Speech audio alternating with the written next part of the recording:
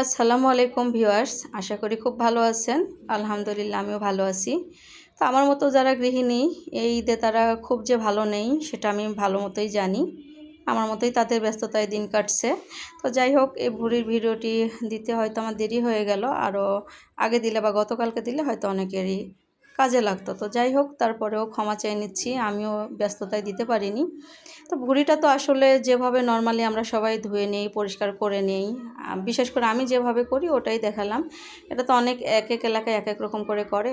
তো আমি এই যে পানিটা ঝরিয়ে নিলাম, পানিটা যে ভুঁড়ির যে সেদ্ধ করা পানিটা ওটা অনেকে নেয়, নিয়ে চর্বি জমিয়ে রেখে দেয়, সংরক্ষণ করে। তো যাই হোক, ওটা আমি নেই না, ফেলে দিয়েছি, আমার ওই স্মেলটা ভালো লাগে না। তারপরে আবার ঠান্ডা পানি দিয়ে ধুয়ে এটা একটু ইয়ে হয়ে গেলে আমি কেটে নিলাম।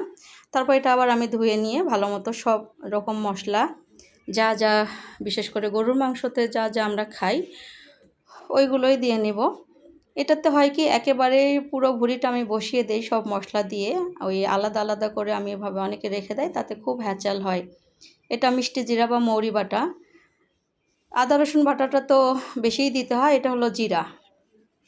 আর যারা মৌরি বাটা খান না, আমি বলবো এবার একটু খেয়ে দেখুন ভুঁড়িতে, আমার মনে হয় খারাপ লাগবে না। আর এটা হলো গরম মশলা বাটা, অনেকে চাইলে আস্ত দেয়, আমি দেই না, আমার দাঁতের নিচে পড়লে বা এটা ভালো লাগে না। আর এভাবে দিলে পরিমাণেও কম লাগে, টেস্টও আমার কাছে মনে হয় যে একটু ভালো লাগে, বেশি টেস্ট হয়। তো যাই হোক, এটা যার যার ইচ্ছা। তো সবগুলো মশলা দেওয়া হয়ে গেলে আমি এটা বসিয়ে দেব। বসিয়ে দেওয়ার পরে এটা ভালো মতো কষানো হয়ে গেলে আমি তারপরে মোটামুটি যখন ঝোলটা শুকিয়ে আসবে, বাটি বাটি করে এটা ডিপে রেখে দিব। আমার যখন যতটুকু প্রয়োজন ততটুকুই আমি তখন বের করে আবার একটু পেঁয়াজ টিয়াজ ভেজে বেরেস্তা করে নিয়ে, বা যেটাকে বাগার দেওয়া বলে, ওইভাবে আবার একদিন দুই দিন একটু জাল দিলে ভুঁড়িটা তো এক দুই দিন রান্না করলে আসলে অরিজিনাল যে টেস্টটা এটা পাওয়া যায় না। এটা তো আমরা পুরনো গৃহিণীরা জানি। তো নতুন গৃহিণীদের উদ্দেশ্যে বলা আর কি, ভুঁড়িটা নিম্নে 4-5 দিন জাল দিলে তখন ভুঁড়িটা অনেক মজা লাগে খেতে, খুব সুন্দর একটা ফ্লেভার আসে, খেতেও অনেক সুস্বাদু হয়। তো যাই হোক, এতো কষানো হয়ে গেলে আমি একটু মোটামুটি পানি দিয়েছিলাম, যে এটা অনেকটাই রান্না কমপ্লিট করার মতোই, যাতে পরে আর খুব বেশি এটাকে রান্নাও করতে না হয়, আমার কাজও এগিয়ে থাকলো।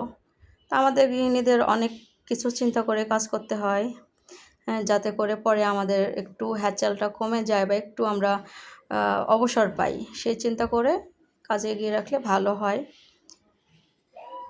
তো এই তো আমি যেভাবে রেখে দিলাম, আমি প্রতি বছর এভাবেই রাখি, যতটুকু পরিমাণে হয় অতটুকু বাটিতে আমি এভাবে রেখে আমি যখন যা লাগে বের করে খাই।